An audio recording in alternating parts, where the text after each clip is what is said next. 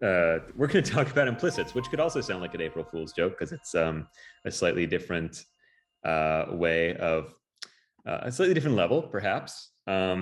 Usually we talk about fancy ZO things or functional programming concepts. I think recently we've talked about, recursion schemes and church encodings and free structures and fanciness, but it's also good to understand the not so simple basics of Scala, which I think have caused, oh no, I stopped sharing my screen trying to admit someone.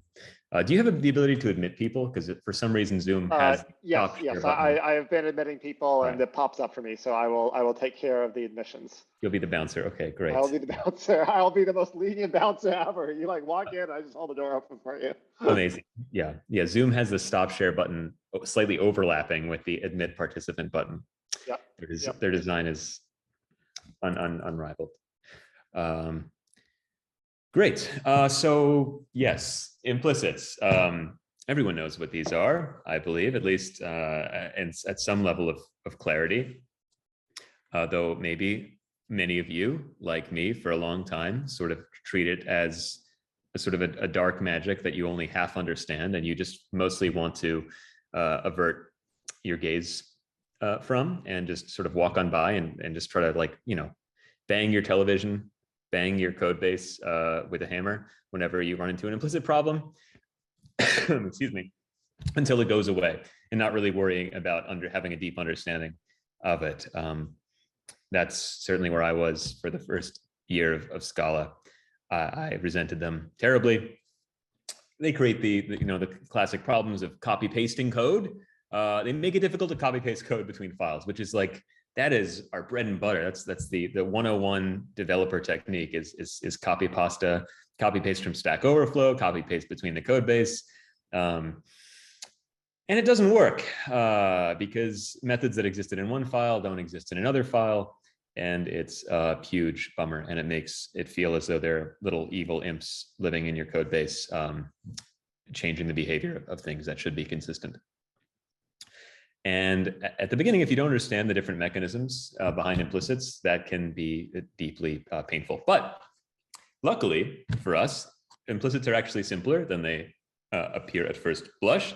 There are only a couple variants of implicits, and they're actually kind of internally consistent and lawful, and they extend upon themselves.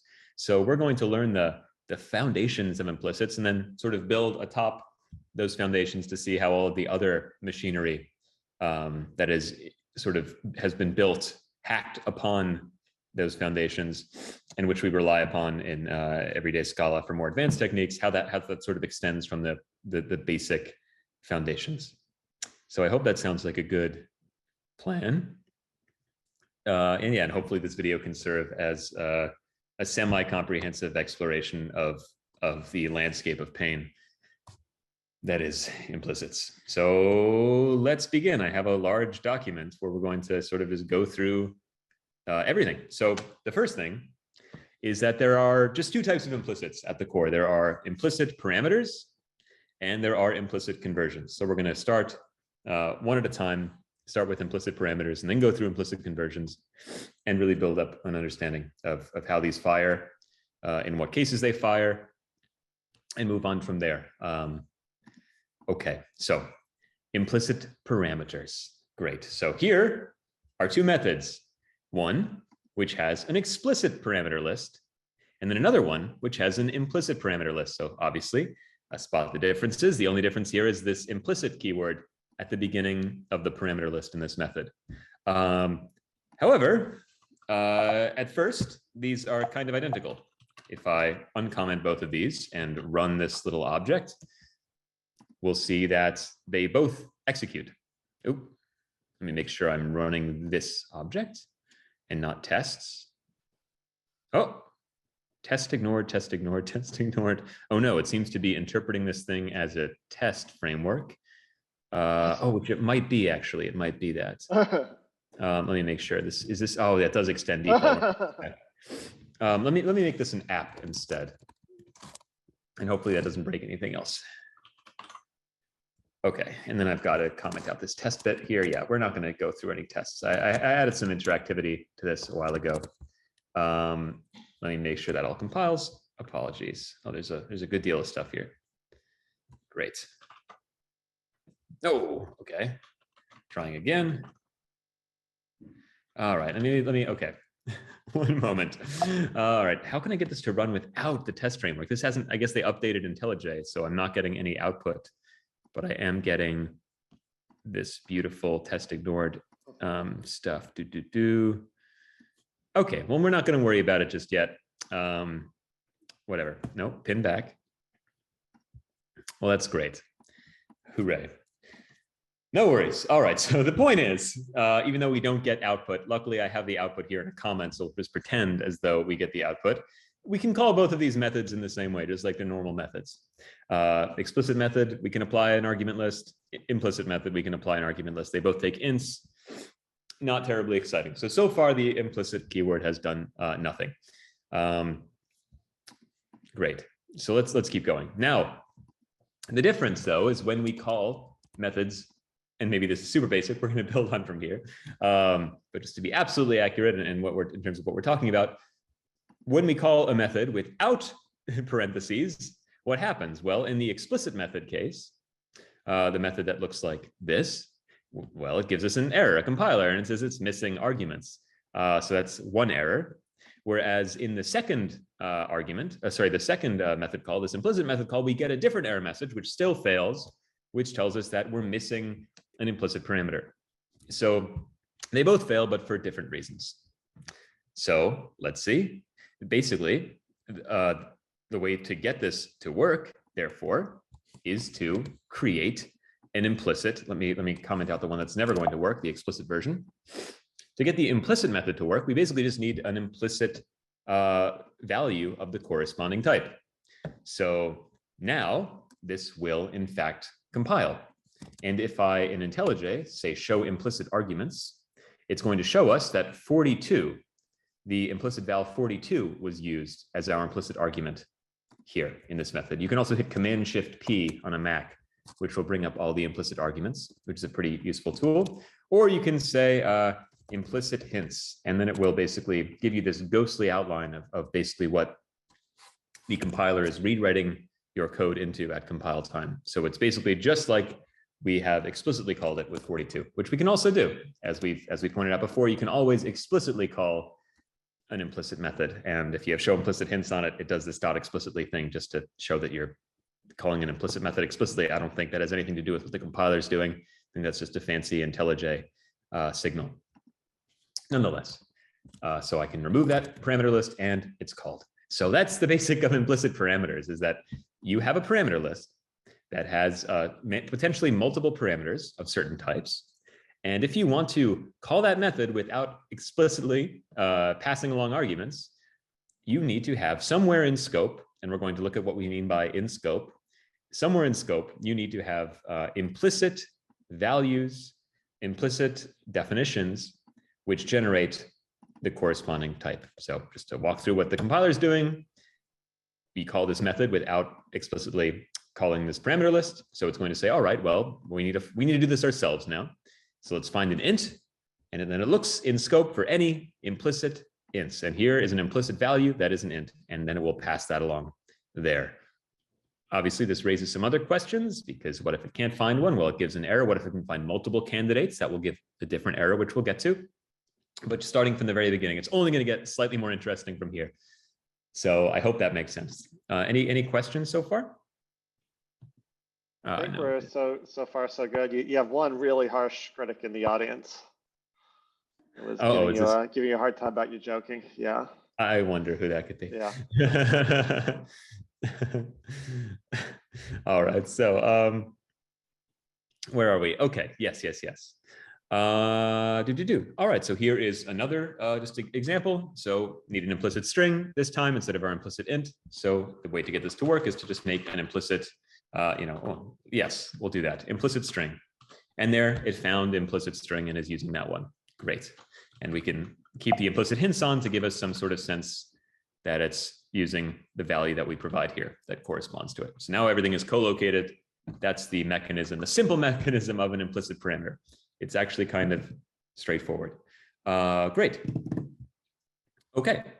Now, though, you actually don't necessarily need, you can also have multiple arguments in implicit parameter lists. So if I do replicate like this, we will see that it actually found the two implicit parameters for string and int. So it used 42, which we had above, and it also used cool, which we just defined as our implicit string, and it found each of these. So it's an implicit parameter list. It's not an individual implicit parameter. So this whole parameter list is going to be resolved implicitly, and it's all or nothing as well. So I cannot just partially apply this. I cannot just do hello. It's going to be sad at that point. We're going to get a compilation error saying, that whatever unspecified value parameters, just as though you called an argument list with not providing every argument. So we could do it fully explicitly, or we can do it fully implicitly, but it's all or nothing. And you only have implicit once at the beginning of the parameter list, not multiple times. Yeah, just some basic syntactic stuff. So if that's working, and it's going to just call the method as it would in any other case. So great. And the last bit that is important to know is that you can only have a single implicit parameter list per definition, and it always has to be the final parameter list. So if we try to have it be the first parameter list here, it actually just gives you, like, at least in IntelliJ, it's a syntax error. It doesn't even know how to parse it. It doesn't give you a nice error. It's just like, what is this? Which isn't great. I wish there was actually a better error message saying something like, the implicit parameter list has to be last or something, but it just stops being able to understand Scala, which just doesn't even parse. So there can only be one, and it has to be the last one, which is kind of, it has to be the last one and only the last one. Subsumes both of those rules. Great. So in this case, if I want to call this method final parameter list, I can give it some explicit arguments, and then it's going to take care of the implicit ones ourselves, or we can make it explicit as well as we have been. We can even pass in the same values if we wanted to, but yeah, fancy. So I think those are most of the details of the execution of how to get implicit parameters to work. Great. And in terms of sort of a real world use case for this, not horribly recommended. In fact, I would not recommend this, but you've seen this probably, especially if you've worked with futures in the past, where if you see some code and they all share the same argument, one might be tempted to reduce some of the boilerplate of having to thread that argument along by making it all implicit. So if I wanted to do that here, I would just basically change add implicit, if I could spell it correctly, in front of everything. And of course, if I just want it to be one of the arguments, then I need to break it into its own parameter list. And once I've done that here, now I do not need to pass in config myself. The compiler will handle it, and we're showing that off now, what it's doing. And then at the very top, we would make this implicit, which is generally, I think, speaking from experience, maybe other people have felt this, it's actually not worth the trade-off. It's way better to be explicit in this case. It can get confusing where these things are being threaded around from. It's not really worth saving threading one parameter around. There are better patterns for solving this problem. Maybe using something like the ZO environment, or a reader monad or something, I don't know. But this tends to be an anti-pattern. So try not to do it, but it is kind of one of the earlier uses of implicits. We were given this power. And so this was being used, and it's used in the Scala standard library. It's sort of the recommended way of using futures, because futures always need this execution context that's threaded everywhere that they're being used. And that tends to be passed around implicitly. This is kind of what you'll see, which is not fun, not much fun. And then people import the global execution context, and it's unclear which execution context is actually being used anywhere. And it's very painful. Great. Okay, cool. And let's just take another little look at something else. So there's a method called implicitly that we can use that will summon an implicit value for us. So to sort of take a look at what I mean by that, here we have this case class that's a butler, and then we have an implicit instance of a butler named Jeeves, and then we wish to grab a hold of this Jeeves, but without referring to it. We just want to summon it using implicits. So we could say implicitly butler And we'll see behind the scenes secretly, it's basically finding Jeeves for us. So if I turn off hints, it just looks like this. We're implicitly summoning our butler, but behind the scenes, we are grabbing Jeeves. It knows to find Jeeves for us. Great. Now, implicitly, maybe it seems like a fancy, really fancy method. It must be implemented by the compiler or something. It has some crazy internal implementation.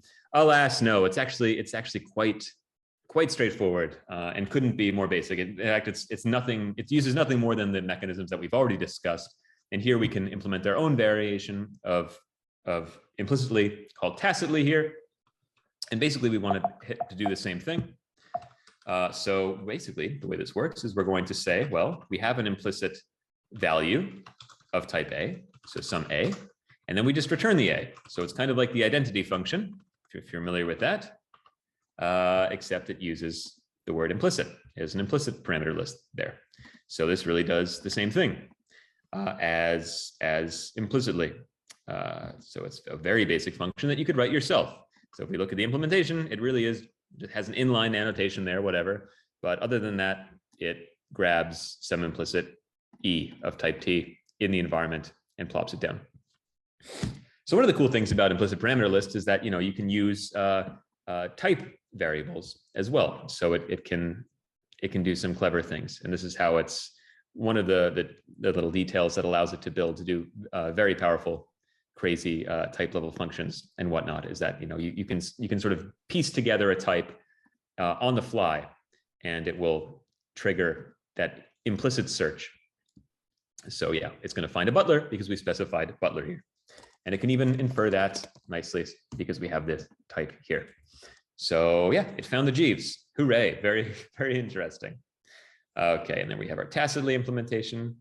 Okay, and now moving on to some other minor details before we get to the slightly more exciting stuff, which is, so we have a case class called Spartacus here, and we have an implicit value called Spartacus, and we are summoning our Spartacus, and we find I am Spartacus.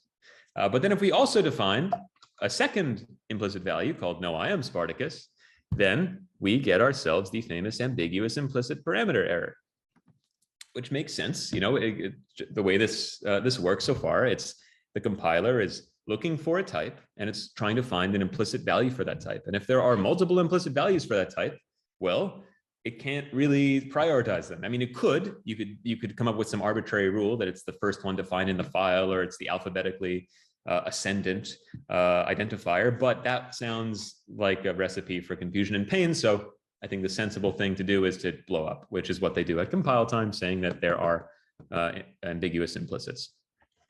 And so we could just have to do one. So maybe some people might think of that as a limitation, but it kind of forces you into using them in a little less insane way.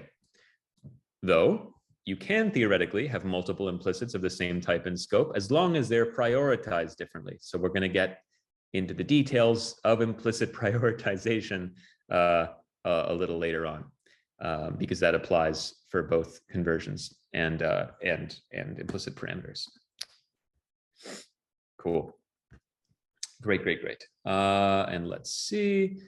Yes, and it shows here the error that you get, which is ambiguous implicit values, and it would list both values and where they came from, which is a nice error message. Sometimes it doesn't list them, unfortunately, when things get really wacky. Great. Okay. The next step, by the way, so far we've only looked at implicit values. So if I have some, let's do this. Oh wait, let me go a little further down.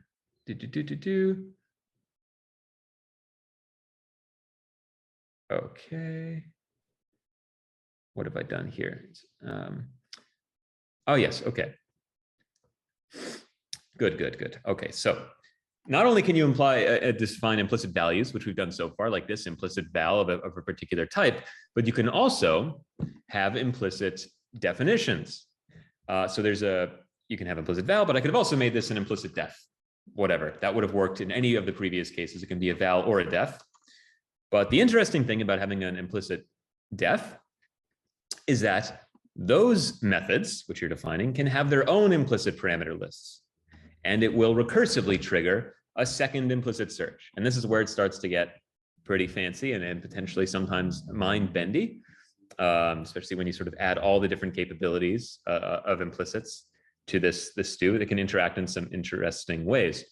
So here we have a little sort of challenge, which is we have this one method called sense, which is seeking an implicit Boolean. This is not an implicit method, but it's looking for an implicit Boolean. And so if we're the compiler, we're going to say, okay, are there any implicits defined that return a Boolean? That's our target. And we're going to see that, yes, this first one does, implicit Boolean. However, it's sort of like a graph search at this point. We have a Boolean, but this method has its own implicit requirements. It needs an implicit double instance.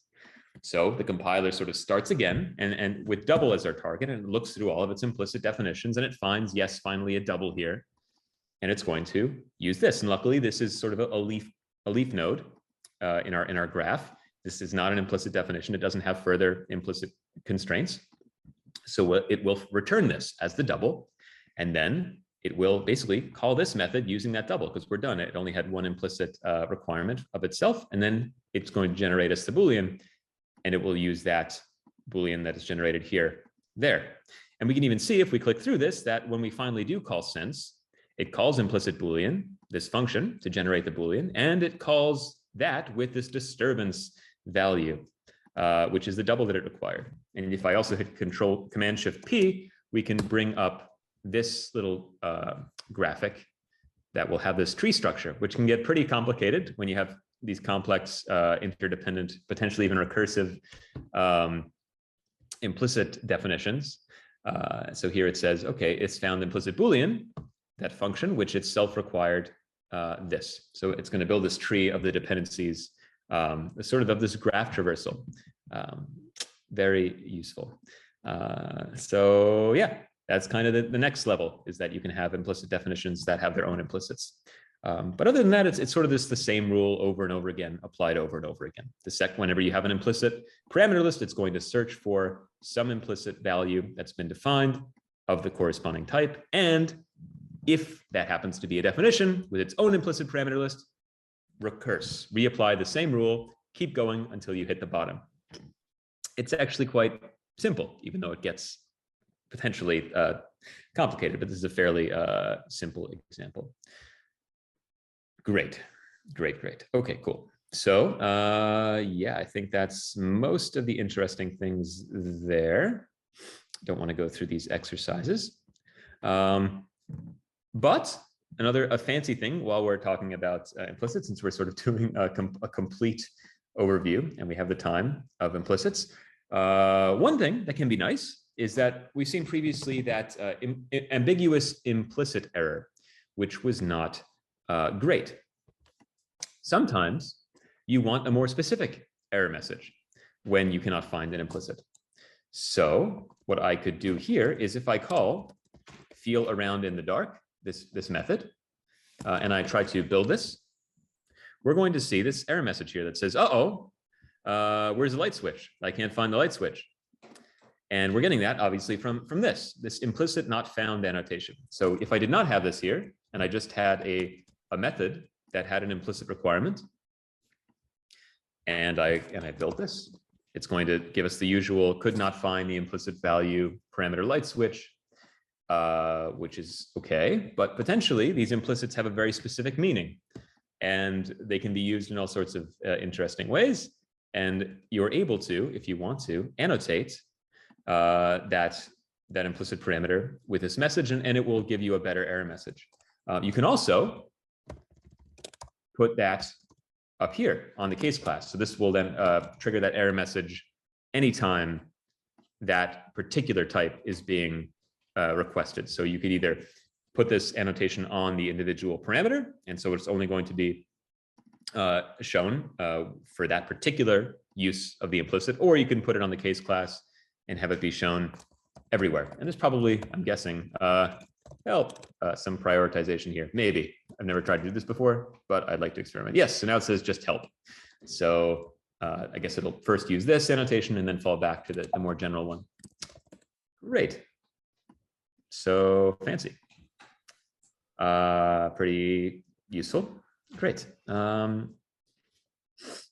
Okay, so I think that's basically all we're going to talk about for the basics. I mean, it's the basics of implicit parameters, which, you know, is, I kind of went into excruciating detail about every aspect of the syntax and the ways that it could misfire. But I hope beyond that, you could see that it's actually pretty simple. It looks for a particular type and it finds it or it doesn't.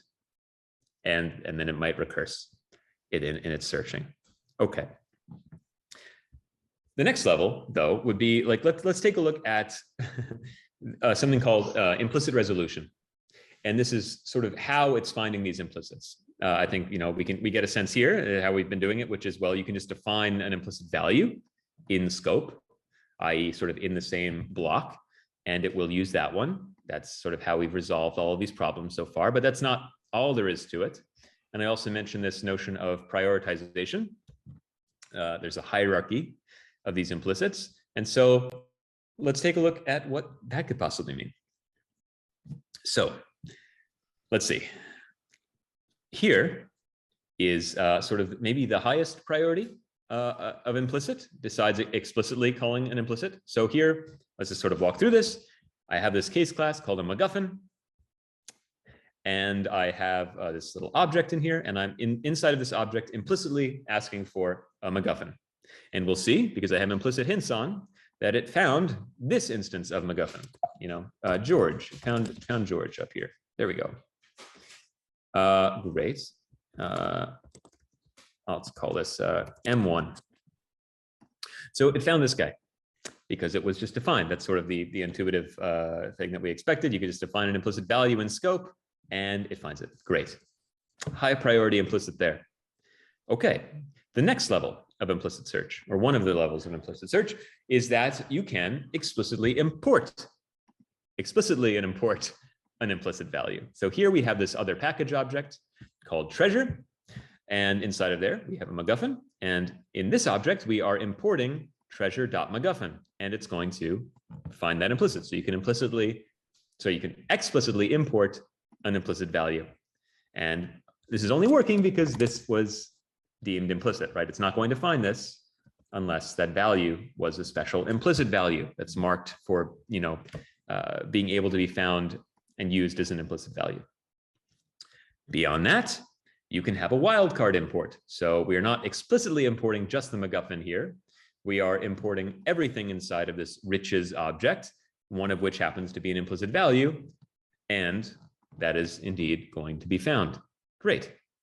So these are sort of three possible ways of getting an implicit in scope: a wildcard import, an explicit import, and just sort of having it be defined in scope. There's one other thing that we should look at as well, but of whether it's sort of included via a trait. We can add that in a moment. But yeah, in terms of the actual precedence, it maybe isn't terribly surprising. Here, we can see that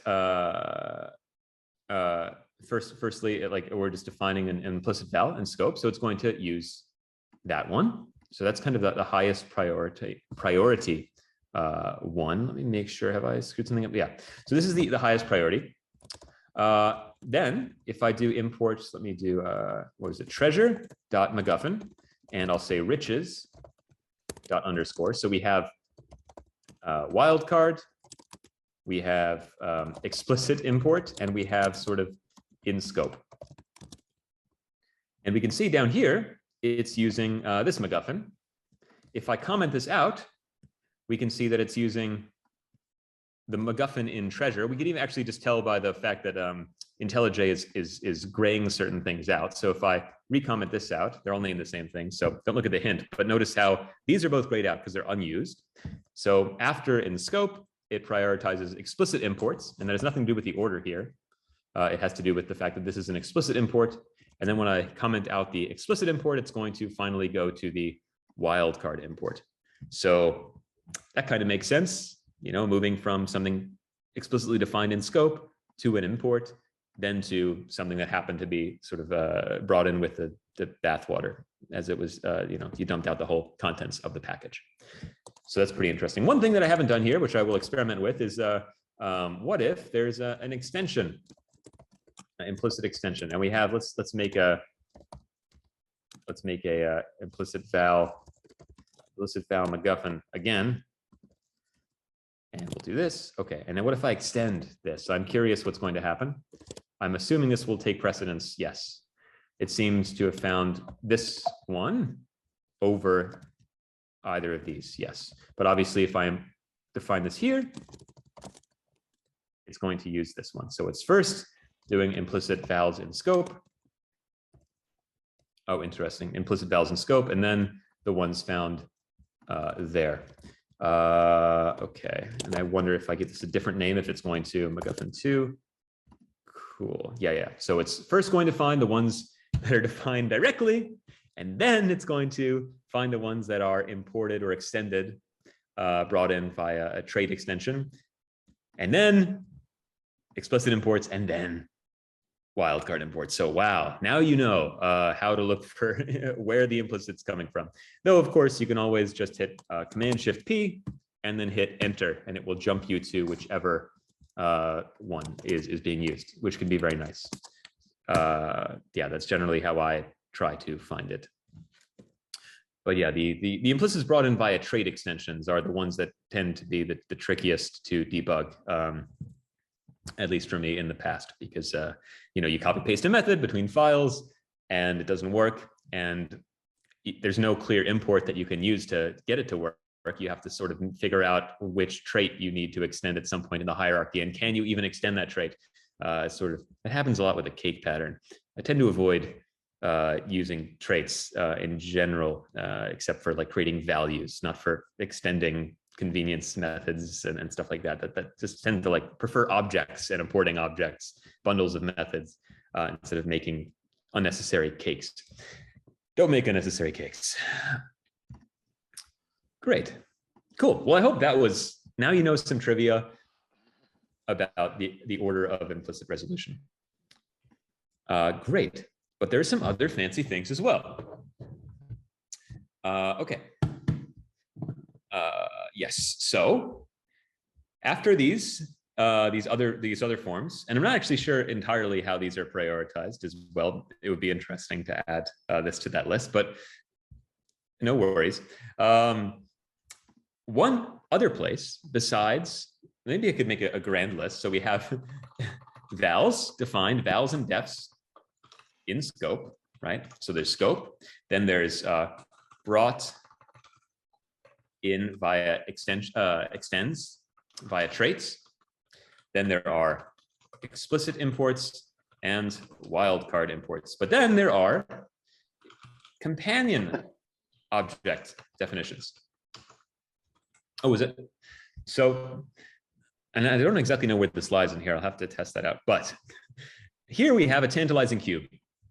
And inside of the companion object for the tantalizing cube, we have an implicit definition value of for tantalizing cube. And down here, we implicitly summon a tantalizing cube. And it seems to find the definition that's inside of the companion object, which is interesting. It's sort of one of the few powers that companion objects have. Like, it's a pattern where you have an object that happens to be named the same as the class or a trait. A lot of the times you don't think, are there any special abilities of that, or is it just a pattern? There are a couple, one of which, maybe the most important one, or the most useful one, is the fact that it will find implicits in here. So if I name this to tantalizing cubes, it no longer finds the implicit. It cannot find it. But the second that is a proper companion object, it will find the implicit inside of there. So that's quite useful. And I am curious, and since we're getting into the details, may as well go back up to my mega implicit thing, and let's make a MacGuffin object, and I will say companion Guffin. Let's do that, and let's see where that is prioritized. Okay, it found, I think, the implicit in the extension. Next, yeah, so I will call this extension Guffin. Great, and that's what it found. Oh, cool. And then it found this one. Okay, so it seems to be pretty low on the priority list. Yes, so the companion guffin is in fact the lowest. So it will use this after this list. So this seems to be the precedence. 3, 4, 5. Great. But there are even some more places that it will look after this. Now, this is very convenient, right? If you create something that you want to be used implicitly, you can just throw an instance on the companion object. The nice thing about this is it doesn't require the user to do anything. They don't have to import some special thing. They can't forget to import the thing. That's always painful. If you know, oh, the code's not working because you forgot to import, wildcard import this package or something like this, or define an implicit. That's painful. That requires the user to do things. They're going to forget to do that when they copy paste code. This does not require, you cannot screw this up when copy pasting code because it exists. If Tantalizing Cube were a third-party library, they would have defined an implicit value on their companion object. It's always going to be found as long as you're using Tantalizing Cube anywhere.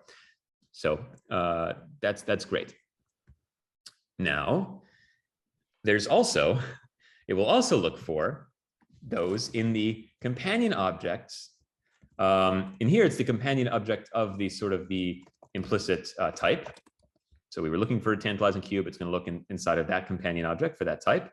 But it can also look in the companion object of the type arguments, the type variables of the implicit type. So what do we mean by this? So here, I have a nickname trait, which is parameterized by a type variable A there. And then I have this case class friend. And here, inside of the companion object of friend, I have an implicit value for nickname, which is the value happens to be buddy here. And let me go down here where okay, let me just say implicitly. And I'm going to ask for a nickname of friend. And we can see that it finds nickname, which is defined not in the companion object of nickname, which is the type we're looking for, but in the companion object of an argument to nickname.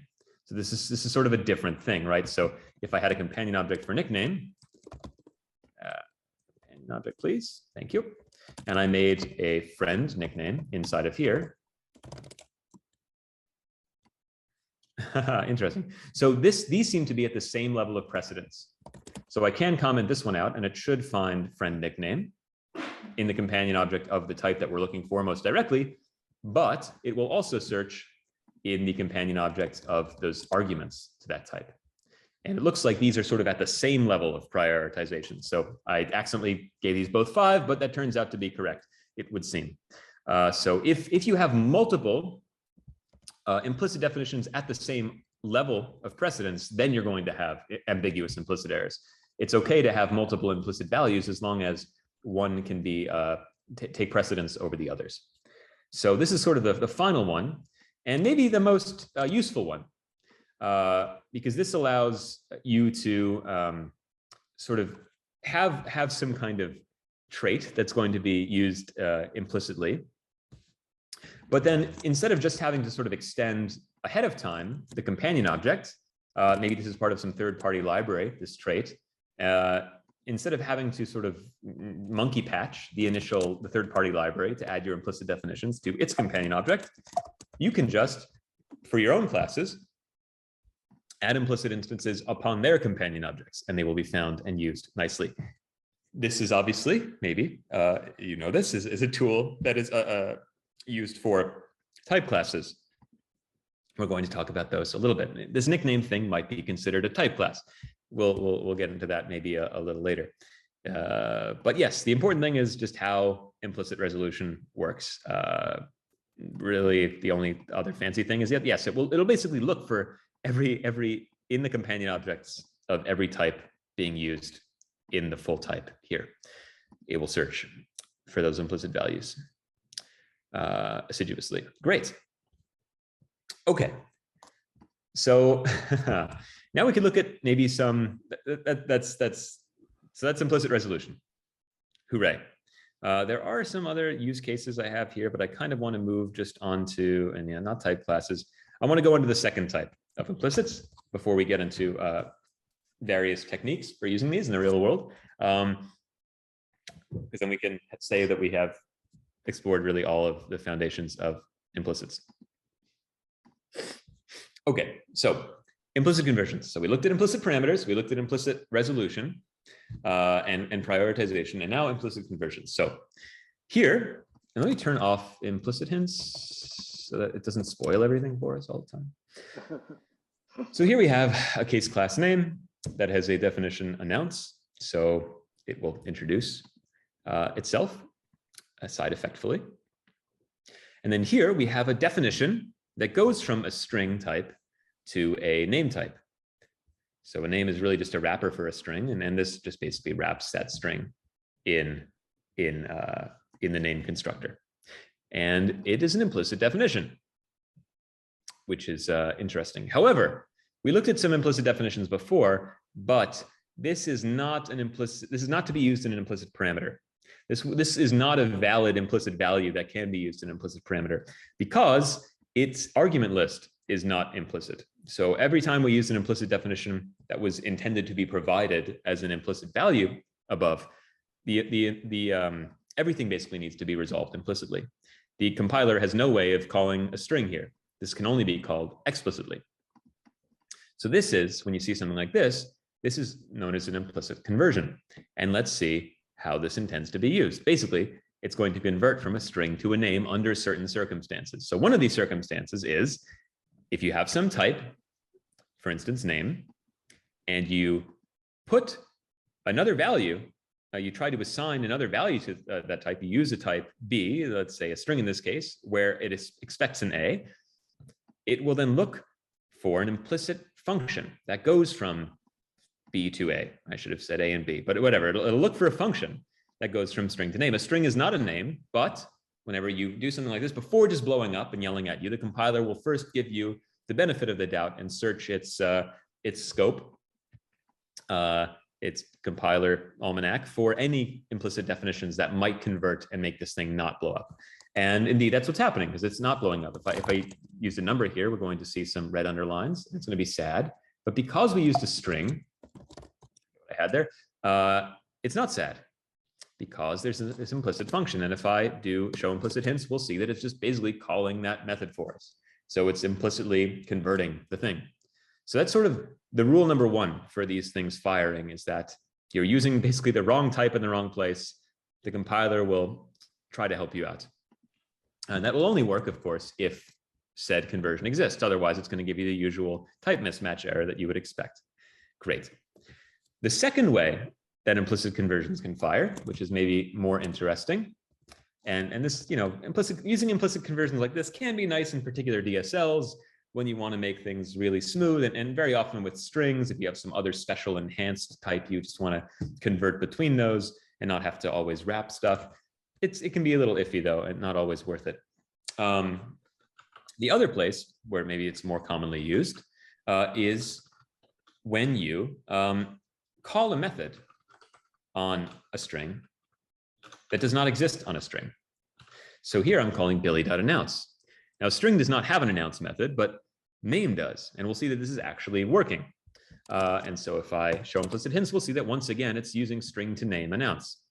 So the rule here is that if you are calling some method on type A, that does not exist on type A, but there is some other type that has a method called, method, and there is an implicit conversion from A to B, then it will convert, it'll convert the A. So convert A dot method. So if you have, these are sort of the preconditions are you're calling A dot method, but that method does not exist on A. Yet there are two other things: a method that exists on some other type, and an implicit conversion. It will then convert the A to the B and then call the method on it so that it works. So it's helping you out, and that's exactly what's happening here. String does not have an announce method. Name does. There is an implicit conversion from string to name. Therefore, it finds that implicit conversion and fires it, which is cool. And this is basically how extension methods work. In fact, let's see. What's a good one that already exists on string, not length, to list maybe? That probably is an extension. No. Oh, am I showing implicit hints? No, there we go. Good. Yes. So here, toList does not exist on the string type. In fact, it's probably an interesting thing to know. String equals hello. The Scala string type is, in fact, if you command click on it, it's a type alias for the Java string type. And Java does not have an immutable list, a Scala list. So if I do command click on toList, we'll see that this is a Scala list that exists inside of package Scala. So there's no way that a Java string has a toList method on it. So what does it do? Well, it calls wrap string. There is a method called wrap string that exists that is an implicit conversion that just takes a string and goes to a wrap string, which is just a class that has one value that's a string, and then it has a whole bunch of helper methods on it. So this tool of implicit conversions is actually used. It's the mechanism that's exposed a little bit. Maybe the details of it shouldn't be. In Scala theory, they're trying to hide a little bit of that. But it's used quite sufficiently as a mechanism for implementing extension methods on types that you do not own. So Scala does not own Java string, but if it wants to add its own methods to it, it can use implicit conversions. So the only thing is these implicits have to be in scope for it to fire. We already talked about how scopes work. I think there's a few more details about how they work in terms, we looked at implicit resolution for implicit parameters. I think it probably works a little differently for implicit conversions. Did not explore that yet fully. Maybe that's something we could do at the end if we really want to understand fully how this works. But yeah, it needs to be in scope, at least defined explicitly. You can import it explicitly, or wildcard imports work. I think they can be defined on companion objects, but I think it depends. They have to be defined on maybe the companion object of what you're coming from instead of what you're going to, the A type rather than the B type. That's the one thing I'm not so sure about. Anyway, but yeah, if it finds an implicit conversion, it will fire under this use case, and you basically get extension methods, which is kind of nice, because this is such a common pattern that was used, and this is kind of why implicits exist. I believe all the fancy ways that they're used today, I think most of these were hacks that were not intended. Type classes were not intended. But they did need to add methods to string. So they added implicit conversions for this case. And then people kind of went crazy with them and figured out some fancy stuff that you could do. But because it's so convenient, like for instance, in this case, all right, maybe it's not super useful to have billy.announce, but let's say we had some better methods on string. Generally what this thing would be called would be something like string ops or string syntax or something like that. And you can add some other methods on it, right? SpongeBob case is a fun one, but I'm not entirely sure how to write that, but make every other letter capitalized or something like this. Value.toList.grouped by to.map. What have I got here? Yeah, case AB. Oh yeah. Oh my God, it knows SpongeBob case. That's so silly. I knew I wanted to uppercase the first one and lowercase the second one. Yeah, I hope this works. Extends app. Let's say. Oh boy, so many Krabby Patties or something. Okay, SpongeBob case. Print that. Sorry, this is very important to me. No, I don't care about the ambiguous implicit error. Oh, what have I done? Okay, something silly. Is that not? Oh, because it's an iterator. Is that right? An iterator of no lists of chars. Oh, I don't know. Whatever. I don't know what I've done. That's okay. The point is, you can add some fancy methods. I will just say value.to uppercase for now. So now SpongeBob case will not be fully satisfying, but it will uppercase it. So you can add methods to things. You probably already know this. But because this is such a common pattern of having sort of a class that enhances a type by wrapping it, and then having an implicit definition, they kind of combined these two concepts into just having an implicit class. So instead of having the definition separate, that converts, you just say implicit class, doesn't have to be a case class necessarily, and it will basically use the apply method of this type as the implicit definition. So everything else here is still working, both the sort of the implicit conversion that will just wrap a type when it's used in the wrong place, as well as it'll wrap a type when you're using a method that does not exist on the initial type. And you can see now it's calling the constructor instead of our special method. So yeah, they added that later on. I forget in what Scala version, just to sort of better embody that pattern. And in Scala 3, as some people might know, a lot of these different more advanced uses that were sort of hacks built upon the mechanisms have been encoded in more explicit ways. So now you have explicitly, like you say, I want to add some extension methods, which is, ignore my misspelling, instead of, saying implicit class, which I think for newcomers is pretty weird. Like, wait, I want to add extension methods. That makes sense to me as a term. Why do I have to, what's an implicit anyway? How is this working? Like, they don't need to understand all that. Yeah, well, then you get into these things of like, you're supposed to like define the implicit class with like any val theoretically, so you don't box, but sometimes it does box anyway. And then you're supposed to do like the private val with any val, so you don't like reference the like add that thing to the API. And there's just like all sorts, and then really it should probably be an implicit final. Yeah, I mean, do exactly. You're like doing all the like things that like we kind of get used to, like if we do it a lot, like, oh, this is just like the way we do it, but like, it's very like arbitrary in a way. And so, yeah, I think Scala 3 goes in a much nicer direction here, where it's kind of focused on intent versus like mechanics. You just say like you want an extension, and like the fact that you have some class is just like you needed a place to put it. Like that's not really what you're trying to do. And then you get into these weird things of like, well, what kind of class should be final or should it be not? And should it be any val, should it be not, and all this stuff. Yeah, but I do think, even though, that might raise the question, like, is any of this worth knowing anymore with Scala 3? I'd argue that we're going to be in Scala 2 for a while, I think, for better or worse. I mean, at least a lot of organizations. So yeah, I think it's 100% worth knowing. And I think it also sort of does still underline the there still are implicits, even if they rename them, and they still sort of follow the same resolution mechanisms, and they're still maybe powering these features, even if they gave them. Yeah, and I think maybe what we can do, maybe, well, either if we had time today or in a follow-up, is, yeah, we can look at kind of how Scala 3 changes it, because largely, you're right, it's exactly the same concepts. It's just they've kind of been broken up into like a little bit more specific like keywords for some of these different things. Yep. But yeah, I think a lot of the knowledge really translates. And one quick tip for IntelliJ, there's they have these templates. So if you do IMC, implicit class, I guess, then you can start just typing stuff, and it'll fill out all that boilerplate for you, which is kind of nice. So that's how I did that. I don't think I added this one. I think this is built in. IMC. So that'll help you with some of the boilerplate. Yeah, live templates are good. Oh, we've got to do one on IntelliJ and general tooling tricks eventually one day. Because yeah, with some of these more verbose patterns, it's nice to just, if you need to make a sealed trait, yeah, give me that sealed trait, that's a thing. And then like, let me tab in and create extensions of that thing and whatnot. That's, it's not fun to type sealed trait extends product serializable new line object, that same thing, case object extends, all the time. We'll get into that some other time. Cool. John J, you said, can you cover extension? Could you extend your or extrapolate there a bit on that question? Because I think I just did cover extensions, but maybe not exactly how you were thinking about it.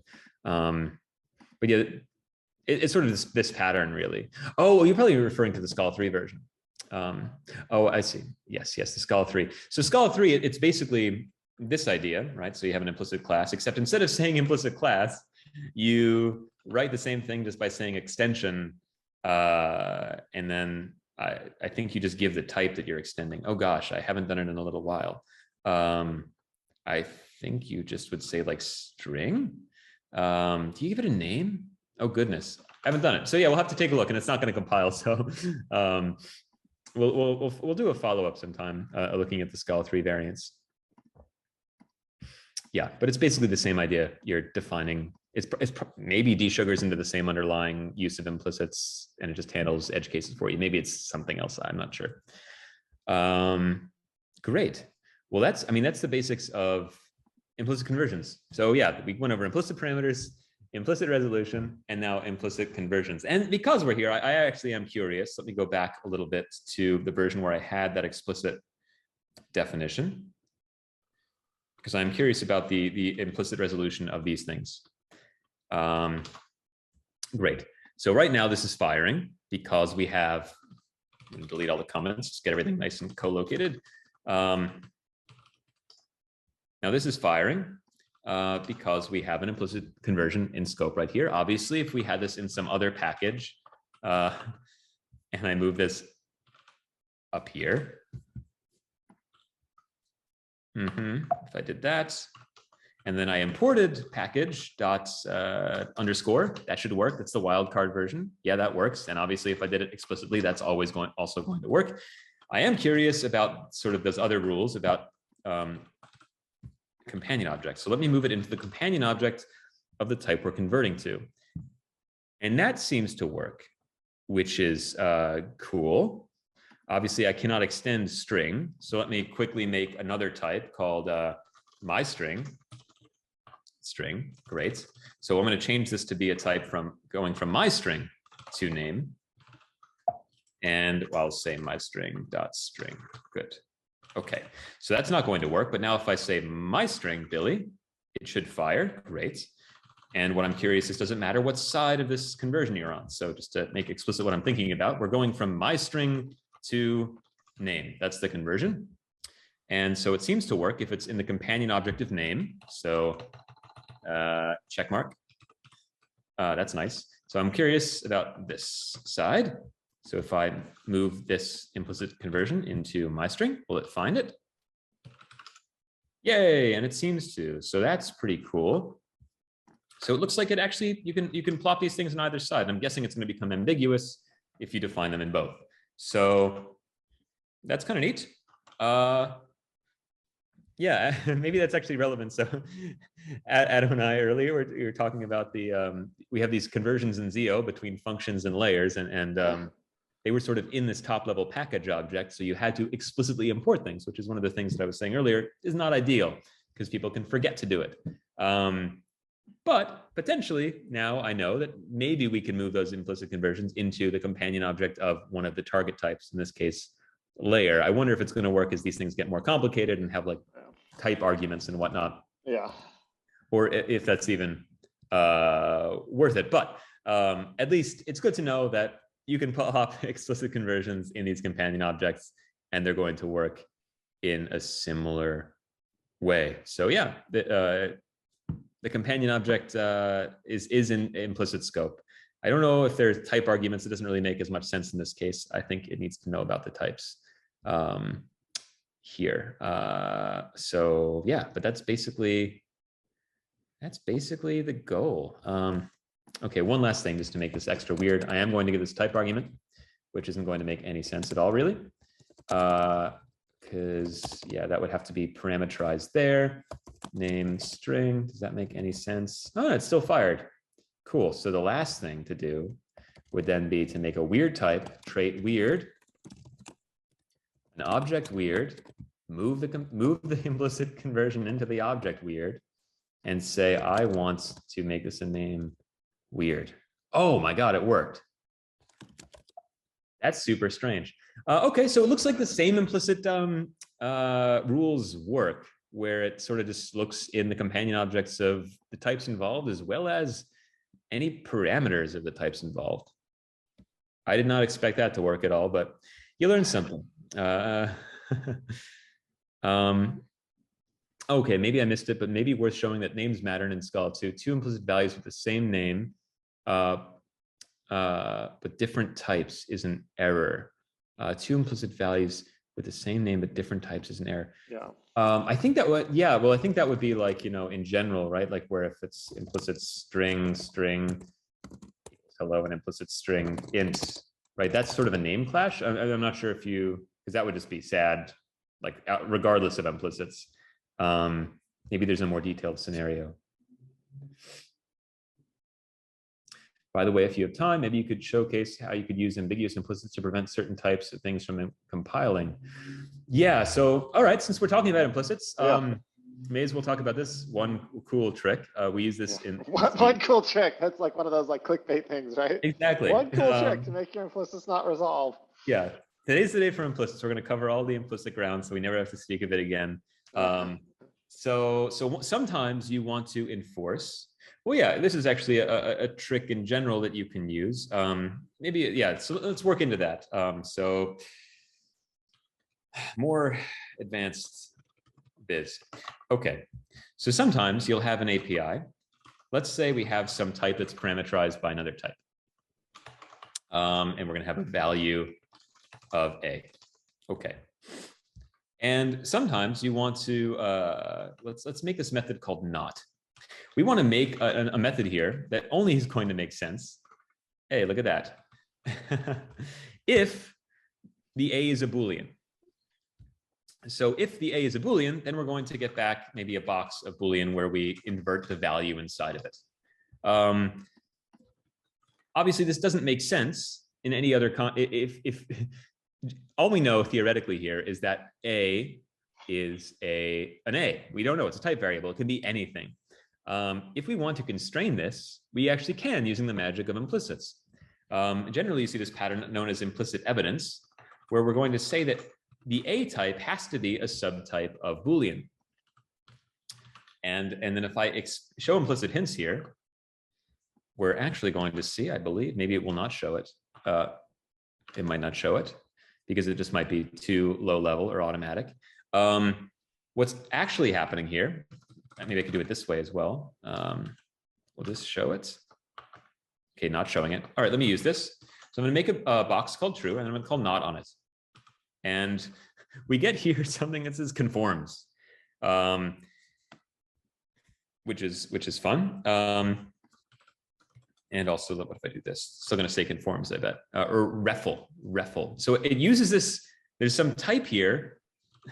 There are a few levels of magic going on. First of all, this might look crazy. Well, this is just a type, and it's being used in infix notation. So this is a trait. And actually, no, it's a sealed abstract class, but for all intents and purposes, it could be a trait that is parameterized by two different types. And it can also, it's a function essentially from the from type to the to type. So it's kind of a function from A to Boolean. And you can write any sort of binary trait, trait with two type variables in infix notation, if you feel like it. It can be fun. So it's just looking for an implicit instance of this type. But the magical thing about this is that this is as good as I mentioned, a function from A to Boolean. So what's actually happening here is that this is being used basically as a function going from our A to a Boolean, at which point we have a Boolean and we can now call methods on that Boolean. But obviously we can only call this if it is in fact a Boolean. So there is no implicit value of this weird less than colon less than type if A is not a subtype of Boolean. It only exists if A is a subtype of Boolean. So 12 is not a subtype of Boolean, therefore it cannot find this magical value. But if it is a subtype of Boolean, it finds this thing. And if we command click on it, we'll see it's just an implicit instance. And the way it works basically is it's saying, okay, it's going to give you an instance for some type of A. So yeah, that's interesting. So implicit definition for type A. So for any A, it will give you an instance of this. So that's fun.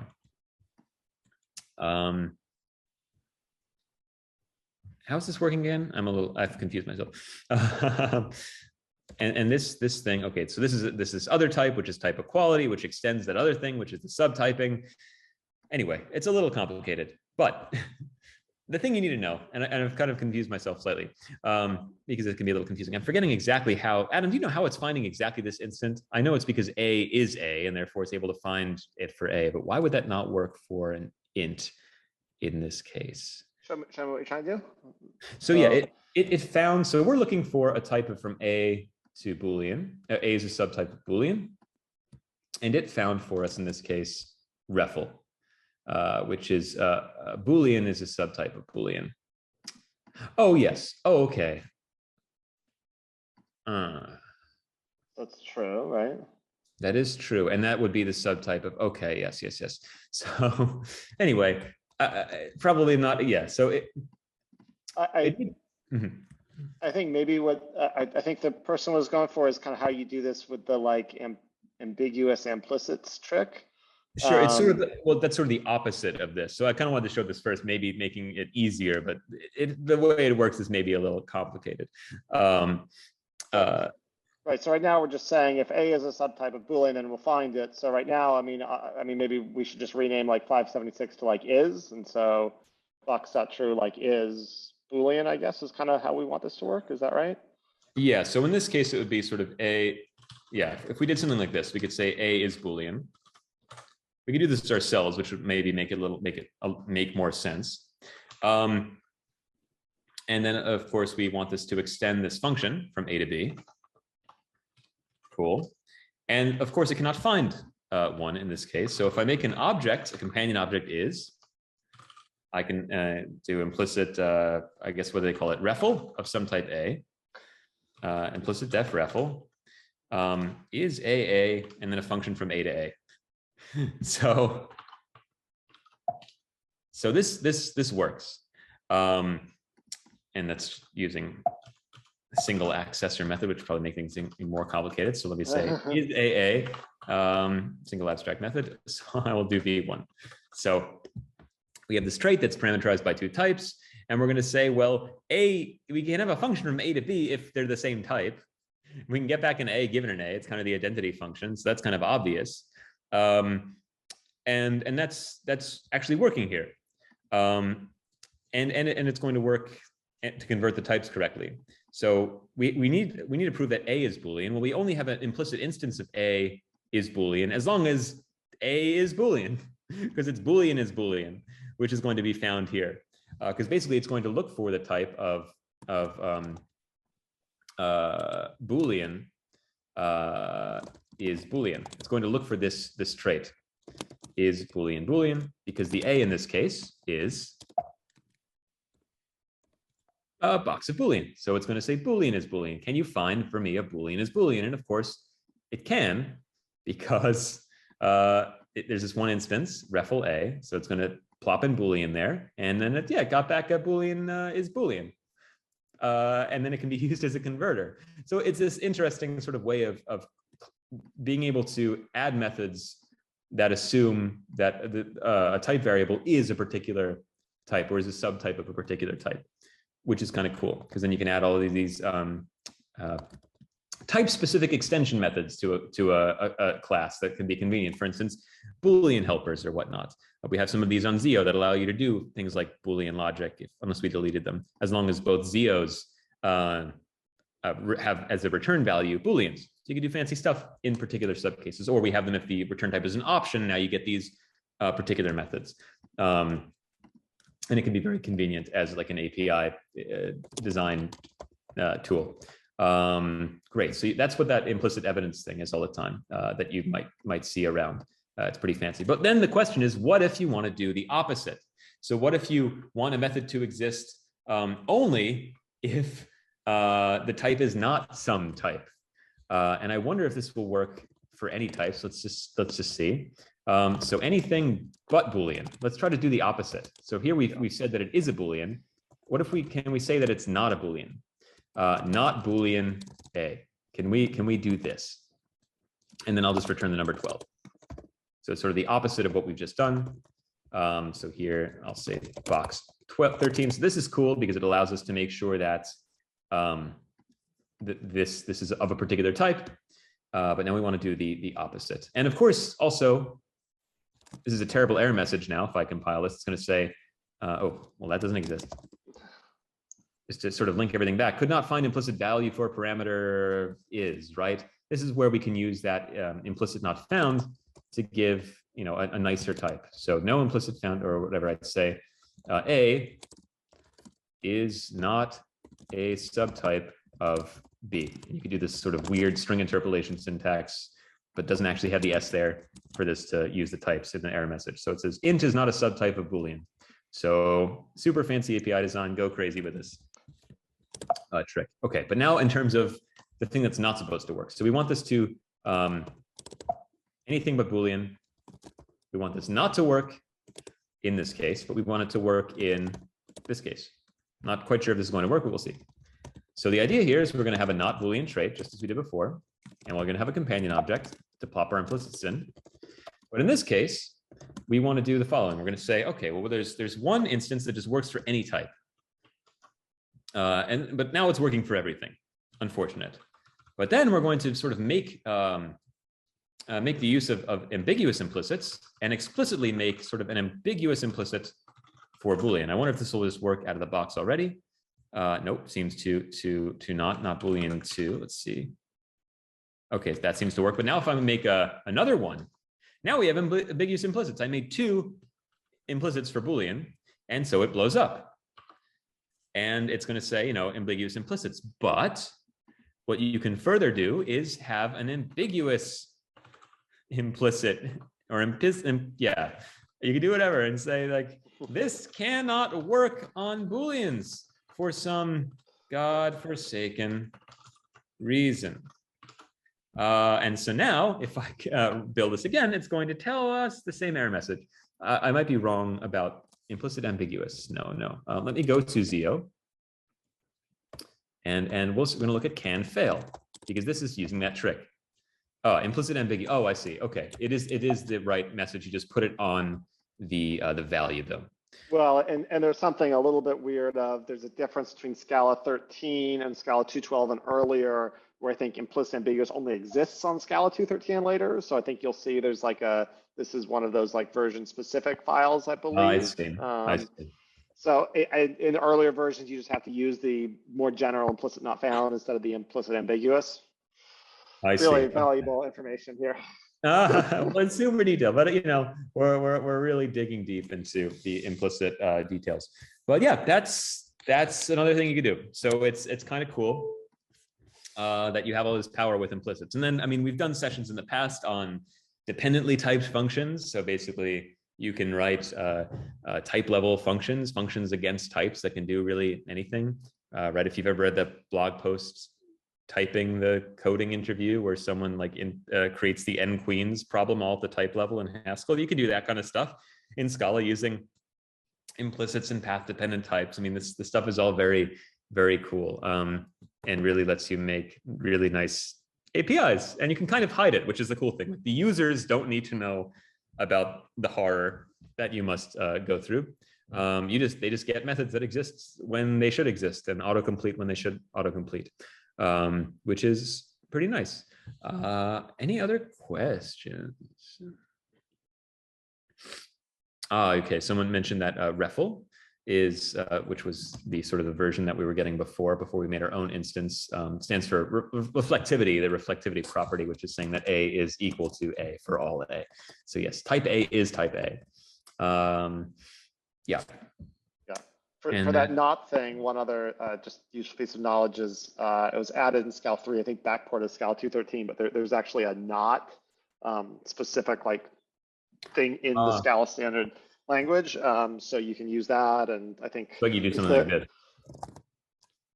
that. Yeah, I think it's called not given, at least in Scala 3.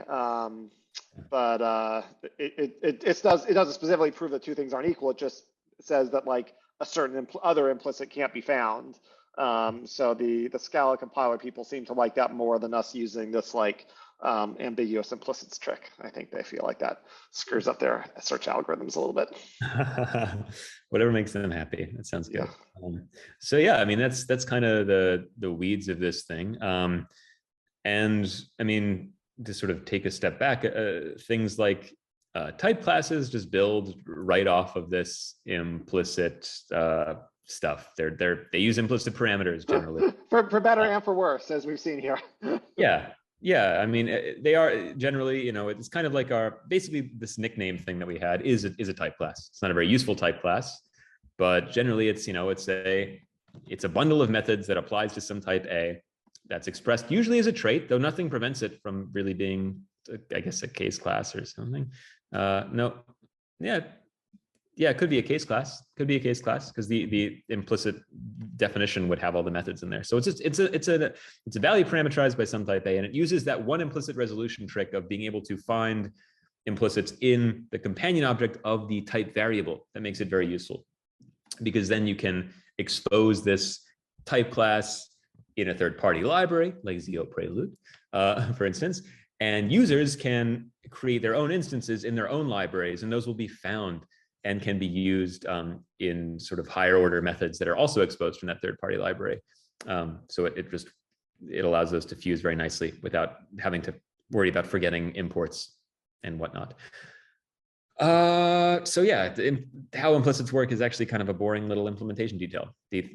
Or how type classes work is just a boring implementation detail, and hopefully makes more sense now. Now we've looked at all of the details of implicit resolution and implicit parameters and implicit conversions in excruciating detail. Are there anything else confusing about implicits? Do we get them all now? How they work and how they work together? I think we've covered everything. Cool. I think if anyone has any, if wants to take it to the next level, looking at our previous sessions on path-dependent types and type-level functions, maybe I'll link those in the Discord after this. Those use the same mechanisms, except for doing extra cool, fancy things. But those really rely on those implicit defs that can have their own implicit requirements, not conversions, but where's the one? Yeah, so something like this, where you have an implicit def that requires another implicit def, and you can have maybe multiple versions that each have their own return type and parameters. And those won't be ambiguous as long as they both can't always be found. And there's tricks for prioritizing implicits as well, but we go into those in those videos, and they really, it only makes sense in context. Would be a crazy thing to do otherwise. So it's kind of like that's a separate pattern that you can memorize and not really have to worry about all these details. But yeah, I hope that made sense, and hopefully this is useful in case you ever run into some horrible implicit resolution issues. Yeah, so we've solved implicits once and for all. Hooray! Yay! Okay, any more heckling in the Discord? Is everyone happy?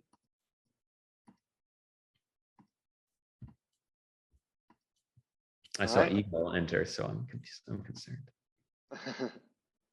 No, but thank you everyone for joining us. I think. Oh, okay. Here's one last question. Early on, you called out config and execution context as examples of painful implicits. So, what things would you consider as useful implicits? Oh, yeah, it was probably good. That's a really good question, because we talked a lot of stuff. It's good. And I think a lot of it is stuff that you actually shouldn't do. So, like, what should you do? Yeah, so let's make a little list. The blessed implicit usage. So, well, yeah, not to do generally using implicits instead of passing parameters around. So this would be the execution context is the primary example of that not being good. But pro, whatever, I guess that should be con. Don't do that. Do this. So do this, which would be, well, type classes can be okay in certain contexts, right? It is an implementation detail of type classes. Generally, we like to use them when they are true type classes and sort of something that has laws and can be sort of reasoned about globally, the Zio prelude sorts of things. But even those aren't, I would put that kind of low on the list. I think you can get away with not using type classes a lot of the time. I mean, the biggest use of this seems to be like I forget our terminology for it, but the semi-group monoid instances of being able to like easily merge maps. Yeah, associative and identity. Associated with an identity element. Which is like, okay, it's probably, is it that worth it? Maybe if you really need it in some part of the code, that can be useful. But even then, may not be worth all of the implicit automatic syntax extensions that you get onto everything. Some people are happy, like use it all the time for, I've seen in code bases like hello.sum instead of doing sum hello. Like I personally don't like, I like autocomplete to be useful. And I find that, for instance, beating out of the bush, cats, one of the things I didn't like about when I first exposed to cats is that it added 500 methods to every type. And it wasn't like the one, especially as a newcomer to Scala, I didn't know the list methods that were useful. I didn't know like treat it as a profunctor. Yeah, exactly. But then I sort of got, contra, reverse map 7. And I had like 30 of these in my autocomplete list when I really just wanted to know more importantly about things like collect and filter and other and like groups, things that I would actually use. So adding extension methods to everything which is done with implicit conversions, can be sort of a painful thing. So I would actually maybe put that in, who knows, in between worlds. So yeah, what are some positive implicit uses, Adam? Yeah, well, so I would start with maybe a principle that I don't know if we've hit on here, but any implicit you have should be what we call coherent. So I guess a little bit of a technical term, but basically that means that for any given type, there should only ever be one implicit instance of that type that like even makes sense in a way. So like if you talk about like an execution context, it clearly like violates that, because like there could be lots of execution contexts. There could be like a global one, there could be a blocking one, there could be a dedicated one for async operations for something. So that's like a terrible use for it. Config, same way, like I could config this way or I could config this other way. Bad use for it. But a good use might be something like, I mean, it has other problems, but like if we talk about this like an associative way of combining lists. Well, there's basically only one associative way of combining lists. And you give me any list of ints, there's only one associative way you could ever find it. And so like if you think about this idea that like these implicits are basically this like dictionary that the Scala compiler is keeping from like types to like values for those types, you always want to look up the same thing in the dictionary. You never want there to be any ambiguity of what's in the dictionary. So basically, I think what that pushes you towards is like you can kind of have two usages, I would say, maybe three of implicits. So one is to provide extension methods, because you could just say like, hey, for any string, always give me these extension methods. Always give me a way to like say this thing twice or whatever.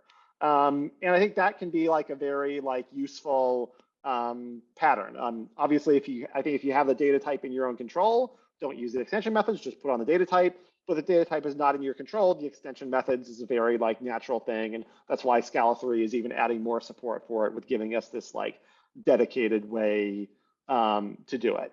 So I'd say that's like one kind of good use. I think a second good use in some cases is to prove that a type is a certain type. So to use those kind of subtype or type equality evidences that we looked at. And so I don't know, maybe we can like just like go to like Zio and we can look at like an operator like absolve or something. But sometimes you have operators on a data type that only make sense, or maybe flatten actually would be like a really accessible example. So there's this flatten thing that basically like you've probably used to it from lists, right? If you have a list of lists, you want to kind of smash the whole thing down into one list. Or if you have a Zio with a Zio inside it, you kind of want to smash the whole thing down into one Zio. And so this only makes sense if the thing inside, if like the A value is another Zio, or in the case of a list, it only makes sense if the element type of the list is another list itself. And so you could do this through extension methods, but a lot of times a more accessible method that can give you a little bit better error messages if it's not that type is this implicit evidence pattern, where you say like, hey, I need this evidence that the element type actually is a list, or that the success type actually is a Zio. And this is another thing that satisfies that coherency property, because like there's only really one way to say like it's either a subtype or it's not. It either exists or it's not. It's not like there are different implementations of this like subtyping concept. So I would say those are like the kind of strongest things. And like I think if you look basically in the entire Zio code base, I think like probably 95% like that's what you see. And then I think the third thing is kind of this like type class pattern, which I mean, I think if you want to, you can definitely use it for like the like kind of classic type classes of like the associative or stuff like that. I think it probably actually the more common cases are things that are a little bit more like mundane, of like encoders and decoders are like a pretty like common thing to be implicit, and it kind of helps you if you can just kind of find the decoder to JSON for your data type, and it kind of helps that the compiler can like put them together and like derive the ones from more complex ones for simpler ones. So you have like that, or like occasionally I think there's like a diff type in like Zio test that's used for like diffing different things. But I would say those would be kind of the good uses. Does that make sense to you, Kit? Yeah, totally. Yeah, I like that. This, the principled way of, yeah, there should be a single canonical instance. Yeah, so if you basically ideally have it in a companion object of that that type variable, and if you can ever like forget to import it, then rethink it. If it can't just be sort of the single canonical instance, maybe you don't need it.